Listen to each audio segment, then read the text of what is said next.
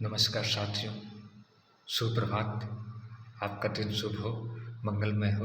इन्हीं सब शुभकामनाओं के साथ आज दिन की शुरुआत करते हैं।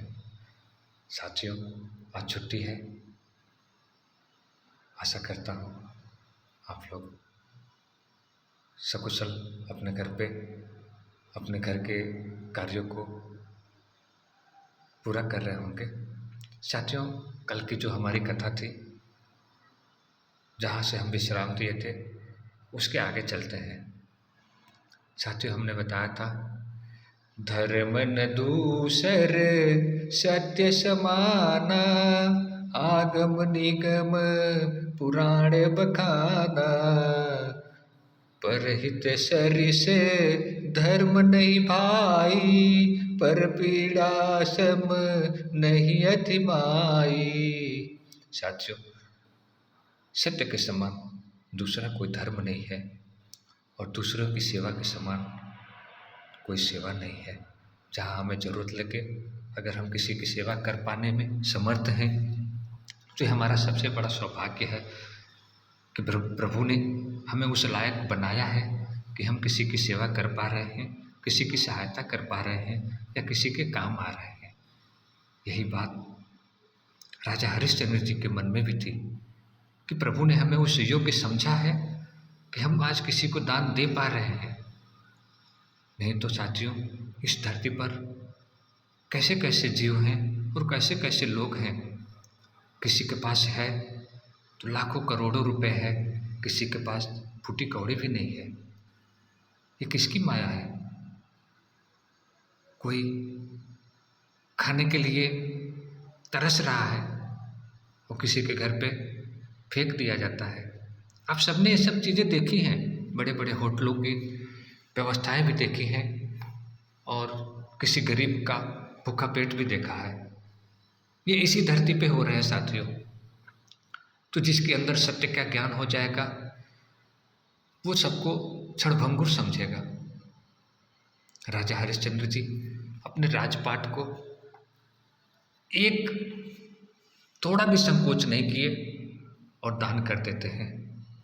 कथा मैं शुरू कर रहा हूँ साथियों, लेकिन मैं बताना चाहूँगा कि अगर किसी इंसान को ये पता चले कि जो आज घर हमारा है, जो खेत हमारी है, जो गाड़ी हमारी है, जो नौकरी हमारी है, जो महल हमारा है, वो अगले दिन हमारा नहीं रहेगा, किसी और का हो जाएगा।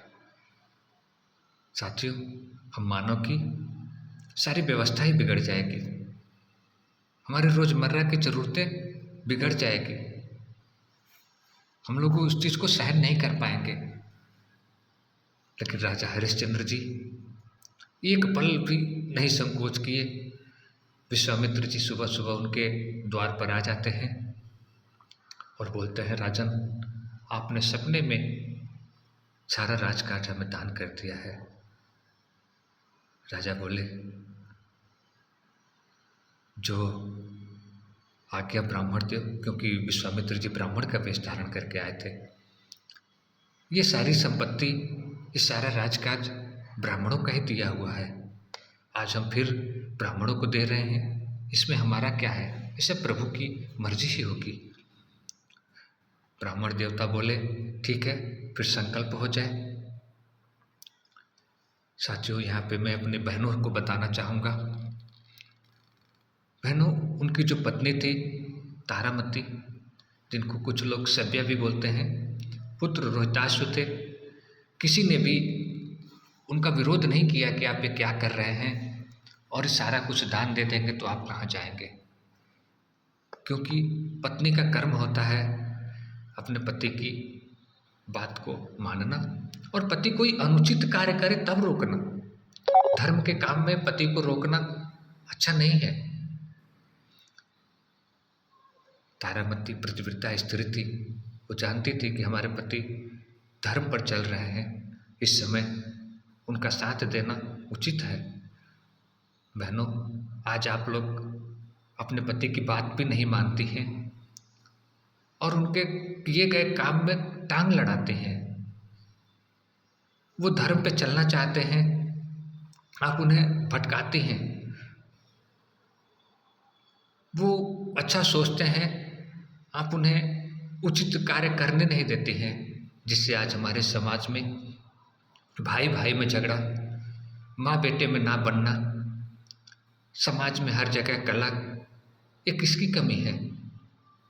अगर बहनें भी हमारी थोड़ी, माताएं थोड़ा धर्म का पालन करें, अपने पति को धर्म का पालन करने के लिए कहें, तो हमें लगता है समाज में और सद्भावना बढ़ेगी और इंसान के बीच में प्यार बढ़ेगा और समाज में एक नई मानवता की सीख जाएगी।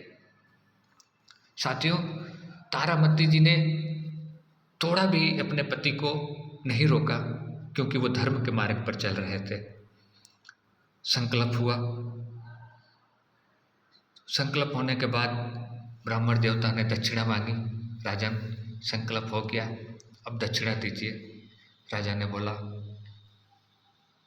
सेवक को अपने 1000 स्वर्ण मुद्राएं दक्षिणा में संकल्प करा दिए। राजा राजसी भाषा का प्रयोग कर दिए, उनको नहीं पता था कि अब ये सब हमारा नहीं रहा। राजा के मुँह से 1000 स्वर्ण मुद्राएं निकल गई। जब महल में से देने के लिए आए तो ब्राह्मण देव ने उन्हें रोक दिया कि अयोध्या की सारी संपत्ति आपने दान कर दी है और इनमें जो खजाना रखा हुआ है या धन दौलत रखा हुआ है, इस पे मेरा अधिकार है, आपका कुछ भी नहीं है। आपको अगर जो दक्षिणा संकल्प किए हैं उसको कहीं दूसरी जगह से देना है।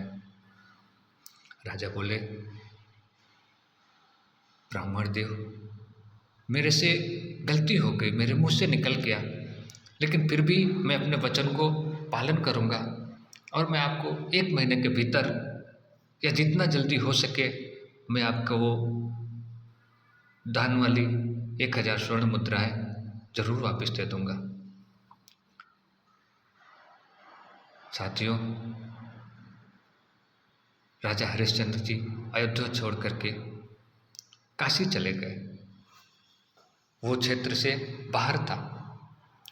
काशी जा करके हम लोग के आज की भाषा में लेबर चौक बोलते हैं साथियों। वैसे एक चौक पे खड़ा हो गए और बोले, हम बिकने के लिए तैयार हैं, कोई हमें खरीद लो। हम बिकने के लिए तैयार हैं, कोई हमें खरीद लो। एक ब्राह्मण देवता है, दूसरे ब्राह्मण देवता, जो देवता तो नहीं बोलते, ब्राह्मण परिवार का कोई एक व्यक्ति आया जो बोला कि हमें घर पे घर का काम करने के लिए एक स्त्री की ज़रूरत है, आप लोग बिक रहे हैं तो आप हमारे घर पे आइए। राजा ने शर्त रखी कि इनके साथ लड़का भी जाएगा, क्योंकि लड़का भी छोटा है, माँ के साथ ही रहेगा, और ये आपके कपड़े छोड़ करके बाकी घर का सारा काम करेगी, बर्तन धोएगी, खाना बनाएगी और पूजा पाठ का जो कुछ भी आपका सहयोग कराना रहेगा, फूल तोड़ना, भगवान को मतलब वस्त्र बदलना, फूल बदलना, सारा कुछ घर का काम करेगी, बस आपके कपड़े नहीं धोएगी, क्योंकि पतिव्रता स्त्री दूसरे के कपड़े नहीं धोती हैं। और घर का सारा काम करने के लिए 500 स्वर्ण मुद्राओं में रोहितास और तारामती जी उस ब्राह्मण के पास बिक जाती हैं। अकेले बचते हैं राजा हरिश्चंद्र जी। वो भी बोलते हैं, हमें कोई खरीद लो, कोई खरीद लो। कोई नहीं खरीदता है। उसी रास्ते से काशी का एक डोम जाता हुआ रहता है साथियों। उन्होंने जब सुनता है कि कोई बिकने के लिए तैयार है तो वो बोलता है, मैं आपको खरीद सकता हूँ, क्या लोगे? बोले 500 स्वर्ण मुद्राएं लेंगे, जो हमें अपना कर्ज चुकाना है, उसके बाद आप जो भी बोले आजीवन मैं आपका दास बन के रहूँगा। साथियों, 500 स्वर्ण मुद्राएं तारामती को बेच करके, 500 स्वर्ण मुद्राएं अपने आप को बेच के राजा हरिश्चंद्र 1000 स्वर्ण मुद्राएं उस विश्वामित्र रूप धरे ब्राह्मण को दे करके अपना फर्ज अदा करते हैं। तारामती जी ब्राह्मण के घर पे नौकरानी का काम करते हैं और राजा हरिश्चंद्र जी एक डोम के घर पे दास बन करके श्मशान घाट में नौकरी करते हैं। ये हमारे सत्यवादी राजा हरिश्चंद्र की तीसरे भाग की कथा साथियों। चौथे भाग में आपको दूसरी वीडियो में लेके आऊँगा। तब तक के लिए जय श्री कृष्णा, राधे राधे, जय श्री राम।